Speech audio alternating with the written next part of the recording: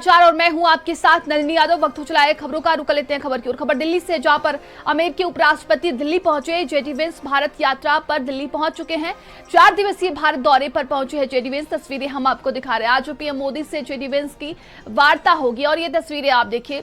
खबर दिल्ली से है, जहां पर देखिए अमेरिका के उपराष्ट्रपति दिल्ली पहुंचे हैं। प्रधानमंत्री नरेंद्र मोदी से मुलाकात करेंगे, उनसे बातचीत करेंगे और ये सीधी तस्वीर हम आपको दिखा रहे हैं और उनका स्वागत किया जा रहा है। तो 4 दिवसीय यात्रा दौरे पर पहुंचे हुए जेडी वेंस और रेल मंत्री अश्विनी वैष्णव उनका वेलकम करने के लिए पहुंचे हुए हैं। तस्वीरें आप देखिए। तो आज पीएम मोदी से जेडी वेंस वार्ता करेंगे, मुलाकात होगी। 4 दिवसीय दौरे पर वो भारत में आए हुए हैं और उनका वेलकम करने के लिए रेल मंत्री अश्विनी वैष्णव देखिए एयरपोर्ट पर पहुंचे। ये तस्वीरें हम आपको दिखा रहे हैं, 2 अलग अलग तस्वीरें हैं। तो अमेरिकी उपराष्ट्रपति दिल्ली पहुंच चुके हैं। जेडी वेंस भारत यात्रा पर हैं और 4 दिवसीय भारत दौरे पर रहेंगे। कहा जा सकता है कि अमेरिका और भारत के रिश्तों को लेकर भी एक अच्छा मैसेज पहुंचेगा ये, और ये तस्वीरें हम आपको दिखा रहे हैं। तो 2 अलग अलग तस्वीरें हैं और रेल मंत्री अश्विनी वैष्णव उनका वेलकम करने के लिए वहां पर पहुंचे हुए हैं। ये सीधी तस्वीर हम आपको दिखा रहे हैं। आज प्रधानमंत्री नरेंद्र मोदी से जेडी वेंस की मुलाकात होगी, बातचीत की जाएगी। तो जोरदार तरीके से वेलकम किया जा रहा है। अमेरिकी उपराष्ट्रपति जेडी वेंस को आप देख रहे हैं, वो दिल्ली पहुंच चुके हैं। 4 दिवसीय भारत यात्रा पर रहेंगे और कहा जा सकता है कि अभी अमेरिका और भारत के रिश्तों के लिए एक अच्छा मैसेज भी जाएगा। और दिल्ली ब्यूरो चीफ स्वाति पाठक हमारे साथ जुड़ गए। स्वाति, जेडी वेंस दिल्ली पहुंच चुके हैं, 4 दिवसीय यात्रा पर रहेंगे भारत में, क्या कुछ और अधिक जानकारी? जी बिल्कुल नंदिनी, देखिए अमेरिका का उपराष्ट्रपति बनने के बाद ये जेडी वेंस का पहला आधिकारिक भारत दौरा है और जेडी वेंस अब से थोड़ी देर पहले ही भारत पहुंचे हैं। पालम एयरपोर्ट पर उतरे वो, उनका स्वागत खुद केंद्रीय मंत्री अश्विनी वैष्णव ने किया, उनको रिसीव वहां से किया। पूरे परिवार के साथ अमेरिका के उपराष्ट्रपति जेडी वेंस 4 दिवसीय भारत दौरे पर पहुंचे हैं और अक्षरधाम मंदिर भी जेडी वेंस जाएंगे। इसके अलावा प्रधानमंत्री नरेंद्र मोदी से शाम में मुलाकात होगी। डिनर अमेरिका उपराष्ट्रपति को प्रधानमंत्री नरेंद्र मोदी देंगे। वहीं अगर हम बात करें तो उपराष्ट्रपति की विदेश मंत्री एस जयशंकर और कई लोगों के साथ जो है वो बैठकें भी होंगी। तो एक मैसेज, एक संदेश पूरे विश्व भर में जाएगा और अमेरिका के उपराष्ट्रपति बनने के बाद ये पहला आधिकारिक दौरा है। 4 दिनों तक भारत में ही रहेंगे जेडी वेंस, अलग अलग जगहों पर जाएंगे वहां पर। और 9:45 पर प्लेन जेडी वेंस का भारत पहुंचा है और खुद अश्विनी वैष्णव ने रिसीव उन्हें किया है और शाम में प्रधानमंत्री नरेंद्र मोदी के साथ मुलाकात उपराष्ट्रपति की होगी। इसके बाद और क्या कुछ उनके कार्यक्रम होने वाले हैं स्वाति? देखिए, सबसे पहले भारत पहुंचने के बाद जब अश्विनी वैष्णव ने उन्हें रिसीव किया, उसके बाद जानकारी आ रही है कि वो अक्षरधाम मंदिर जाएंगे। दिल्ली में स्थित अक्षरधाम मंदिर जाएंगी और शाम में प्रधानमंत्री नरेंद्र मोदी अमेरिकी उपराष्ट्रपति को डिनर देंगे और उसके बाद विदेश मंत्री एस जयशंकर, एनएसए अजीत डोभाल और विदेश सचिव और अमेरिका तमाम जानकारी के लिए आपका बहुत बहुत धन्यवाद।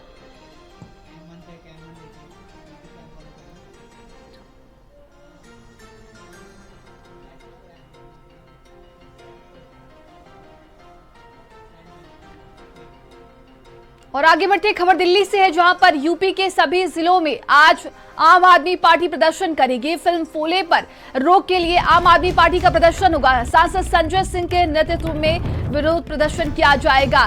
तो ये बड़ी खबर हम आपको बता रहे हैं। आम आदमी पार्टी की तरफ से आज प्रदर्शन किया जाएगा। फिल्म फूले को लेकर उस पर रोक लगाने के लिए आम आदमी पार्टी प्रदर्शन करेगी।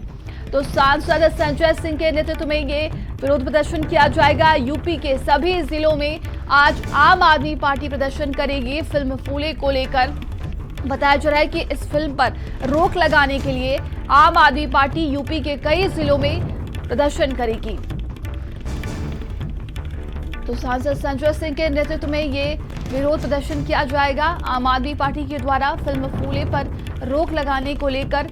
बताया जा रहा है कि आज उत्तर प्रदेश के सभी जिलों में आम आदमी पार्टी प्रदर्शन करेगी।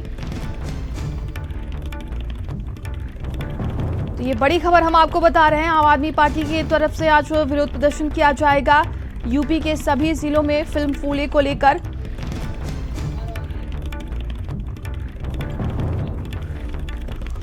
और ज़्यादा जानकारी के साथ संवाददाता अहमद और दीपक हमारे साथ जुड़ गए हैं।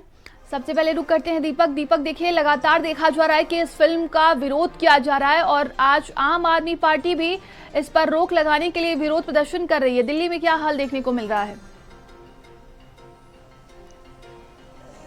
जी बिल्कुल, बता दें आपको कि लगातार जिस तरह से फिल्म फूले को लेकर के विवाद सामने आ रहा है और तमाम जगहों से फिल्म फूले पे रोक लगाने की बात कही जा रही है, वहीं आज आम आदमी पार्टी उत्तर प्रदेश के कई जिलों में विरोध प्रदर्शन करेगी और उत्तर प्रदेश के जो प्रभारी हैं आम आदमी पार्टी के संजय सिंह, उनके नेतृत्व में ये विरोध प्रदर्शन किया जाएगा। आम आदमी पार्टी के जो तमाम कार्यकर्ता हैं वो उत्तर प्रदेश के अलग अलग जगहों पर अपना प्रदर्शन दर्ज करेंगे, क्योंकि लगातार देखा गया था कि जब फिल्म फूले रिलीज होने की बात चल रही थी उस वक्त से ही फिल्म फूले विवादों में घिरा हुआ था। अब जब रिलीज होने का वक्त आ गया है तो कहीं ना कहीं इसका विरोध प्रदर्शन पूरे देश भर में अलग अलग जगहों पे देखा जा रहा है। खास करके यदि हम आम आदमी पार्टी का जिक्र करें तो दिल्ली से लेकर के उत्तर प्रदेश तक इसका जोरदार विरोध किया जा रहा है। लेकिन आज वो तस्वीरें देखने वाली रहेगी जब आम आदमी पार्टी के तमाम जो कार्यकर्ता हैं वो जब सड़कों पर उतरेंगे फिल्म फूले के विरोध में, तो कहीं ना कहीं वो तस्वीर बहुत एक मैसेज देने वाली रहेगी, क्योंकि लगातार देखा जाए उत्तर प्रदेश को लेकर के यदि जिक्र किया जाए तो कई मामले को लेकर के आम आदमी पार्टी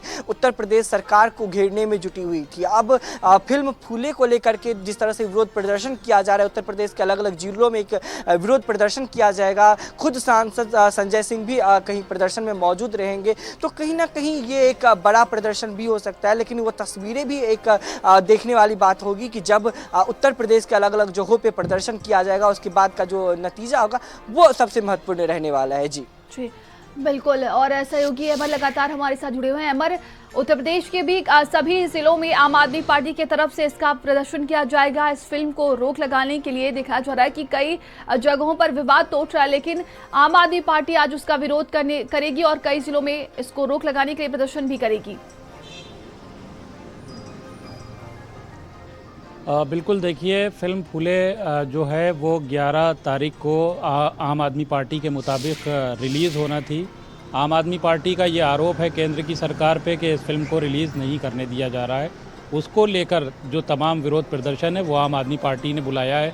लखनऊ में भी तमाम जो विरोध प्रदर्शन है आज देखने को मिलेगा। लखनऊ का जो GPO पार्क है वहाँ पर आम आदमी पार्टी के कार्यकर्ता 2 बजे इकट्ठा होंगे, फिल्म की रिलीज़ को लेकर विरोध प्रदर्शन करेंगे। तमाम जो अपना विरोध है वो दर्ज करवाएंगे, राज्यपाल को अपना ज्ञापन भेजेंगे।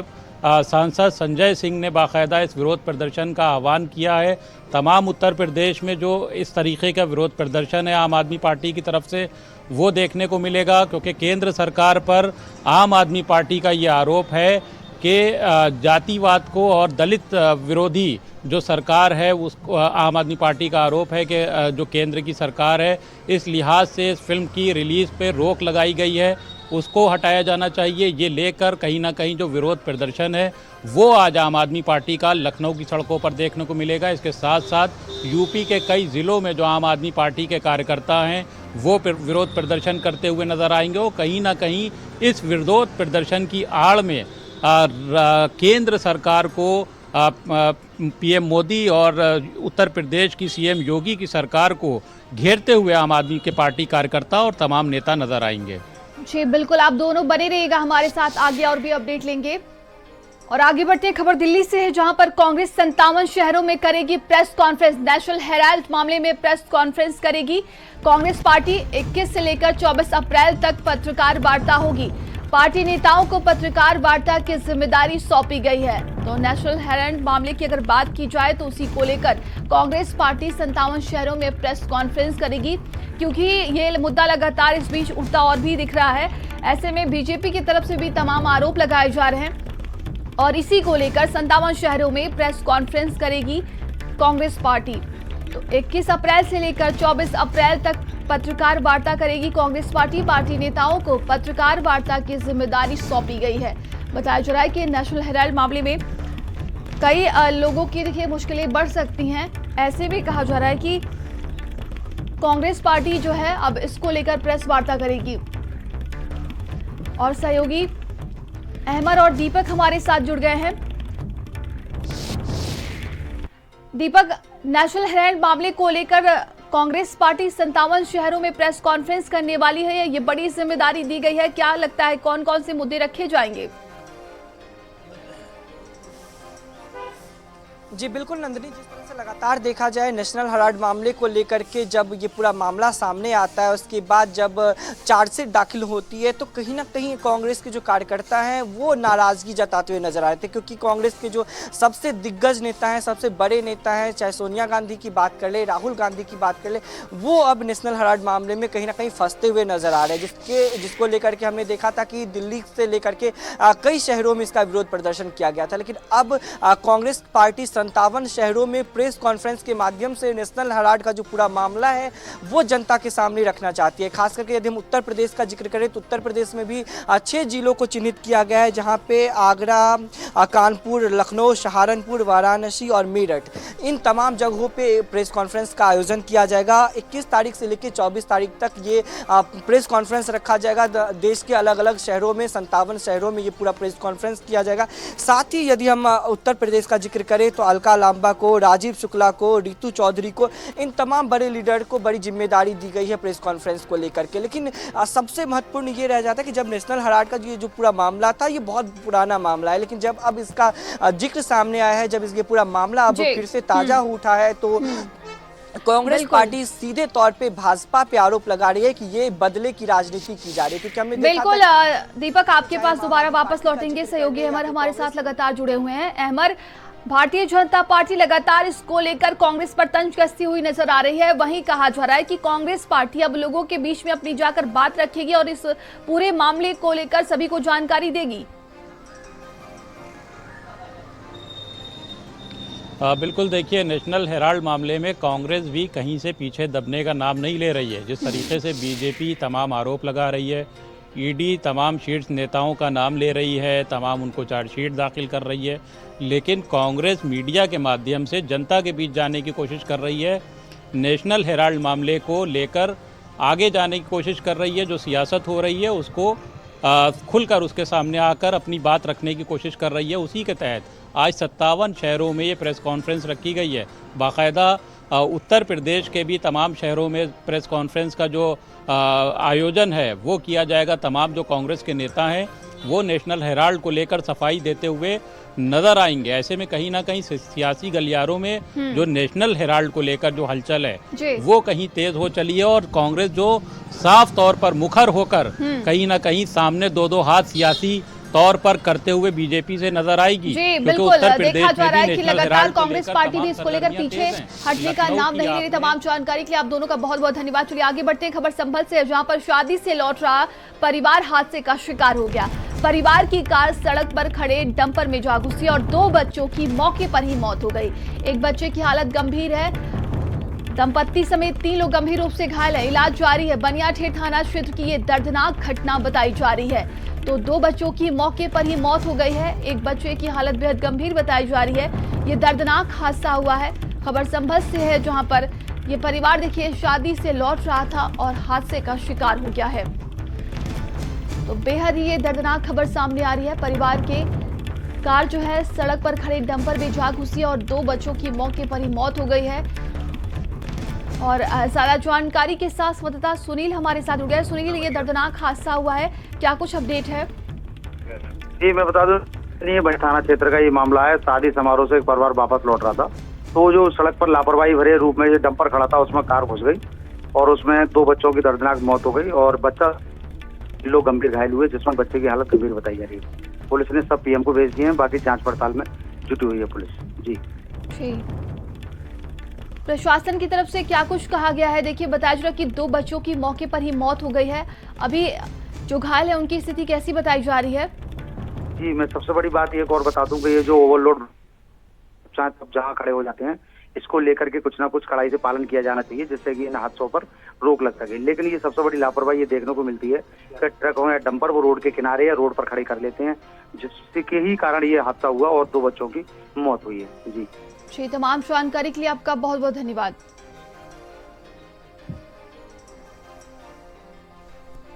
खबर मेरठ से, जहां पर हिस्ट्री शीटर ने होटल मालिक के बेटे के गोली मार दी है। बताया जा रहा है कि खाने के पैसे मांगने पर हिस्ट्री शीटर ने गोली मारी है। पहले होटल मालिक को पीटा, फिर गोली मार दी है। हिस्ट्री शीटर की करतूत सीसीटीवी कैमरे में कैद हो गई है। होटल मालिक को गोली मार आरोपी मौके से फरार हो गया है। पुलिस ने सीसीटीवी को कब्जे में लेकर तलाश शुरू कर दी है। परतापुर थाना क्षेत्र के दीपक होटल का ये पूरा मामला है। तो पुलिस अब इस पूरे मामले की जांच पड़ताल कर रही है। ये बड़ी खबर देखिए सामने आ रही है, जहां पर हिस्ट्री शीटर ने होटल मालिक के बेटे को गोली मारी है। खाने के पैसे मांगने पर हिस्ट्री शीटर ने ये गोली मारी है। पहले होटल मालिक को पीटा, इसके बाद फिर गोली मार दी। और ज्यादा जानकारी के साथ संवाददाता शोएब जी हमारे साथ जुड़ गए। शोएब, क्या कुछ अपडेट है इस पूरे मामले को लेकर? एक हिस्ट्री शीटर करीब सुबह आज जो है 5 बजे करीब में होटल पहुंचा था और होटल मालिक से उन्होंने खाना पैक कराने को कहा। इसी दौरान होटल मालिक ने उससे कहा खाना पैक करने से पहले वो जो बिल है उसको पे कर दे। उससे कहा अभी बिल पे करूंगा। इस बात को लेकर जो होटल वाले थे उनका बेटा और हिस्ट्री शीटर की कहा सुनी हो गई। इतने में जो हिस्ट्री शीटर था वो आक्रोशित हो गया। उसने पहले तो होटल मालिक के बेटे को पिटाई करी गई और उसके बाद अपने जो एंटी थी उसमें से पिस्टल निकाल के सीधी गोली मार दी गई। गोली जो थी वो होटल मालिक के जो बेटा था उसके पैर में लगी, जिससे वो गंभीर रूप से घायल हो गया। घटना को अंजाम देने के बाद जो आरोपी शीटर है वो मौके से फरार हो गया, अपना खाना भी लेकर नहीं गया। जिसके बाद पुलिस मौके पर पहुंची है। पुलिस ने जो है सीसीटीवी के आधार पर जो शीटर है उसकी पहचान कर ली है। बताया गया है कि जो मेरठ के खरगोदा थाना क्षेत्र पड़ता है वहाँ का शीटर रहने वाला है और अक्सर जो है परतापुर इलाके में आता जाता रहता है। फिलहाल जो घायल युवक है उसका अस्पताल में उपचार चल रहा है। जो आरोपी है उसकी तलाश की जा रही है। जी, तमाम जानकारी के लिए आपका बहुत बहुत धन्यवाद। और अब खबर लखनऊ से, जहां पर एलडीए जोन 4 में 50 बीघा से अधिक अवैध प्लॉटिंग। बीकेटी तहसील के सैदापुर गांव में अवैध प्लॉटिंग चल रही है। सैदापुर से सरौरा मार्ग पर 50 बीघे में अवैध प्लॉटिंग। हसीन बेग, मिर्जा शहीन, आमिर बेग को एलडीए का डर नहीं है। मिर्जा नफीस बेग, जावेद बेग की प्लानिंग पर ये एक्शन नहीं है। भोले भाले ग्राहकों को झांसा देकर बेचे जा रहे हैं अवैध प्लॉट। 50 बीघा प्लानिंग का एलडीए से नक्शा पास नहीं है। 50 बीघा से अधिक अवैध प्लॉटिंग में कई अन्य लोग भी शामिल हैं। और ज्यादा जानकारी के साथ संवाददाता रत्नेश हमारे साथ जुड़ गए हैं। रत्नेश, अवैध प्लॉटिंग का ये बड़ा खेल चल रहा है, क्या कुछ अधिक जानकारी?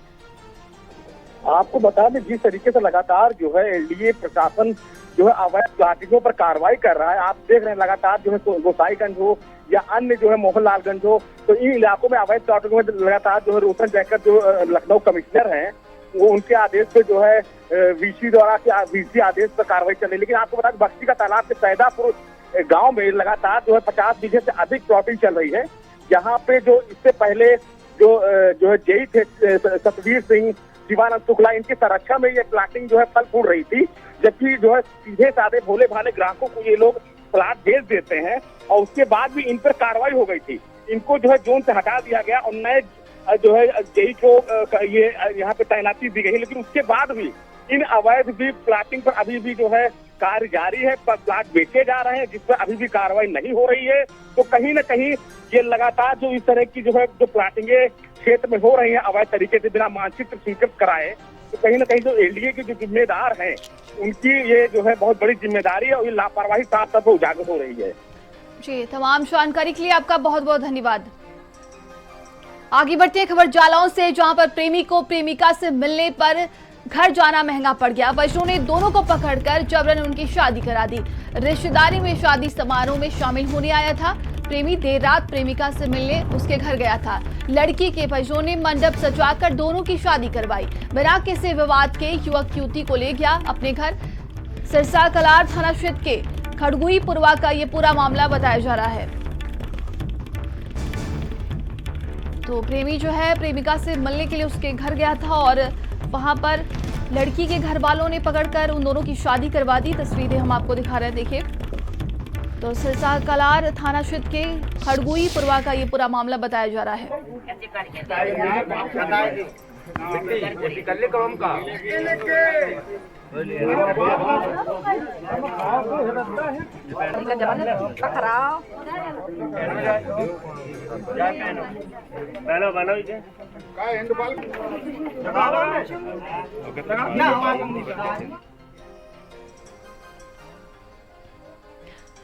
और अब खबर कुशीनगर से, जहां पर बहन की शादी की खुशियां मातम में बदल गई। टेंट में करंट उतरने से भाई की दर्दनाक मौत हो गई है। मृतक अपने पीछे पत्नी, 2 बच्चों को छोड़ गया। बहन की विदाई से पहले भाई की अर्थी उठने से कोहराम मच गया है। खड्डा थाना क्षेत्र के भजन छपरा की ये पूरी घटना बताई जा रही है। तो ये बेहद ही दर्दनाक घटना है और बताया जा रहा है कि भाई को करंट लगने से उसकी जान चली गई है।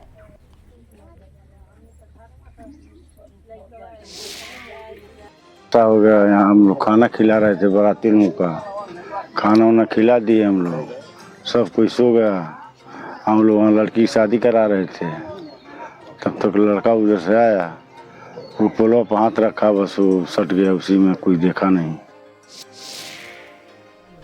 और ज्यादा जानकारी के साथ संवाददाता कुंदन हमारे साथ जुड़ गए हैं। कुंदन, क्या कुछ अपडेट है इस पूरे मामले को लेकर? ये दर्दनाक घटना सामने आ रही है।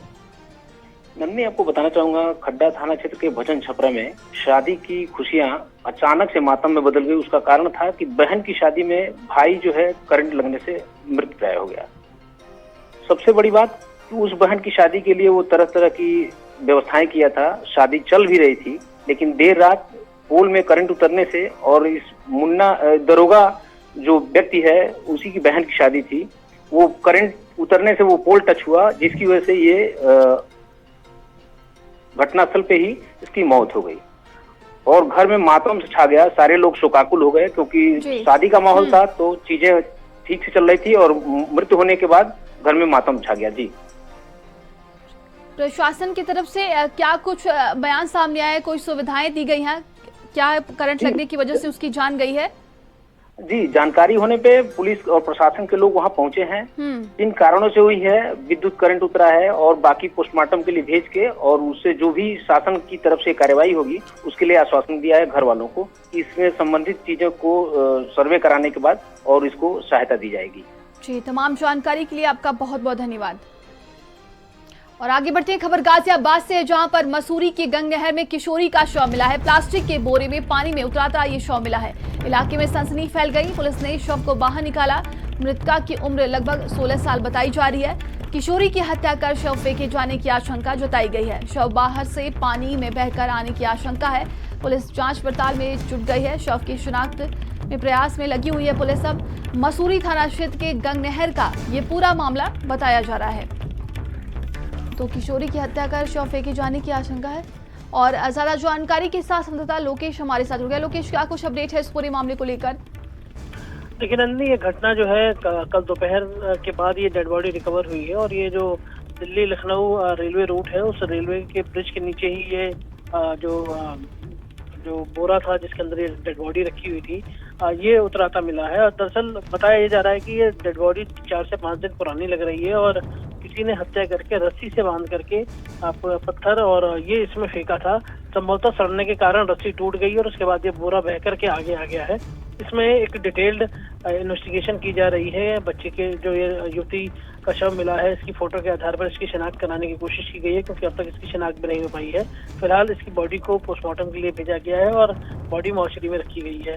आशंका ये जाहिर की जा रही है कि इसके शरीर पर कई ज़ाहिरा चोट के निशान हैं।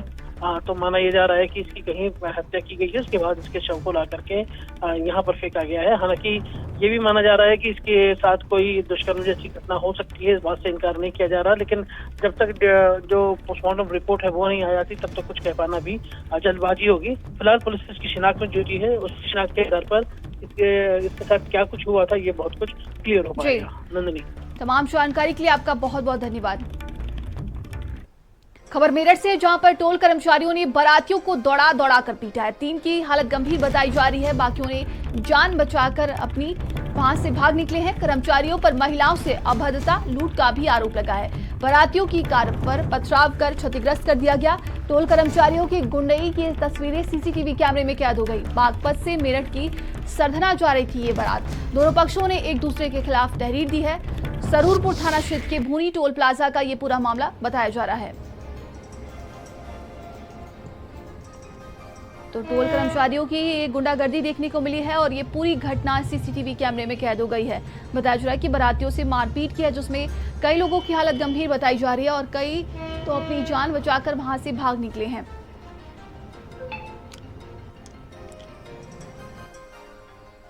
तो ये तस्वीरें आप देखिए और ये पूरी घटना सीसीटीवी कैमरे में कैद हो गई है। और अब खबर बलिया से है, जहां पर भीषण सड़क हादसे में 2 युवकों की दर्दनाक मौत हो गई। बाइक सवार ने अनियंत्रित होकर बस में टक्कर मार दी है। वैवाहिक कार्यक्रम से लौट रहे थे ये बाइक सवार युवक। पुलिस ने दोनों शवों को पोस्टमार्टम के लिए भेजा है। फेफना थाना के क्षेत्र के नसीराबाद गांव के पास की ये पूरी घटना बताई जा रही है। तो वैवाहिक कार्यक्रम से लौट रहे थे बाइक सवार युवक। ये खबर बलिया से है, जहां पर भीषण सड़क हादसा हुआ है और 2 युवकों की दर्दनाक मौत हो गई है। बाइक सवार ने अनियंत्रित होकर बस में टक्कर मारी है। वैवाहिक कार्यक्रम से ये बाइक सवार लौट रहे थे। वहीं पुलिस ने दोनों शवों को कब्जे में लेकर पोस्टमार्टम के लिए भेज दिया है। फेफना क्षेत्र के नसीराबाद गांव के पास की ये पूरी घटना बताई जा रही है।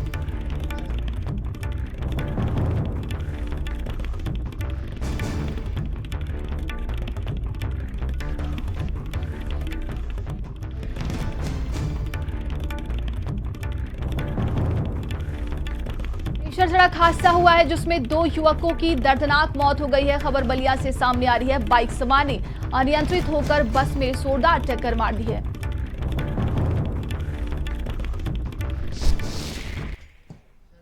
और ज्यादा जानकारी के साथ संवाददाता सर्वेंद्र विक्रम हमारे साथ जुड़ गया। सर्वेंद्र, क्या कुछ अपडेट है इस पूरे मामले को लेकर?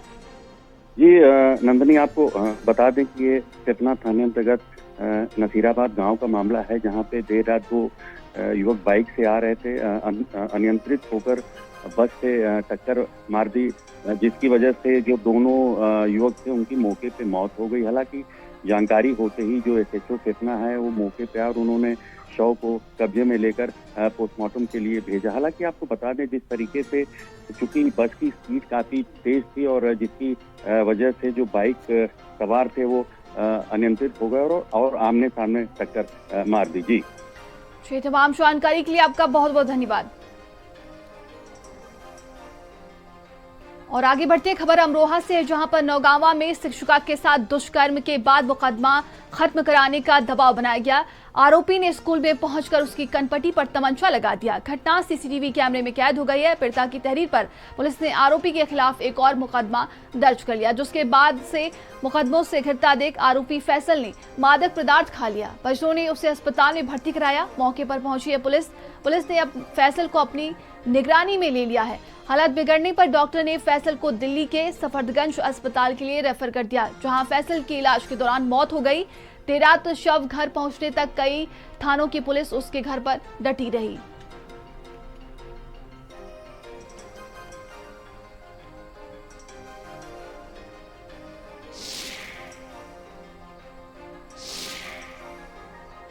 पर एक लिखित तहरीर दी गई, जिसमें यह बताया गया कि एक व्यक्ति जिसका नाम फैसल है, जिसके ऊपर पूर्व में दुष्कर्म का मुकदमा चल रहा है एवं जेल भी जा चुका है, वो प्रार्थनी के विद्यालय में आया और मुकदमे में समझौतों को लेकर के दबाव बनाने लगा एवं पिस्टल लगाकर धमकी भी देने लगा।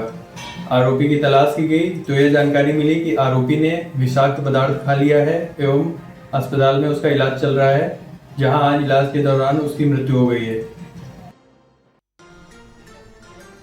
खबरों का सिलसिला जारी है। रुकते एक छोटे से ब्रेक के लिए बने रहिए भारत समाचार के साथ। आप देख रहे हैं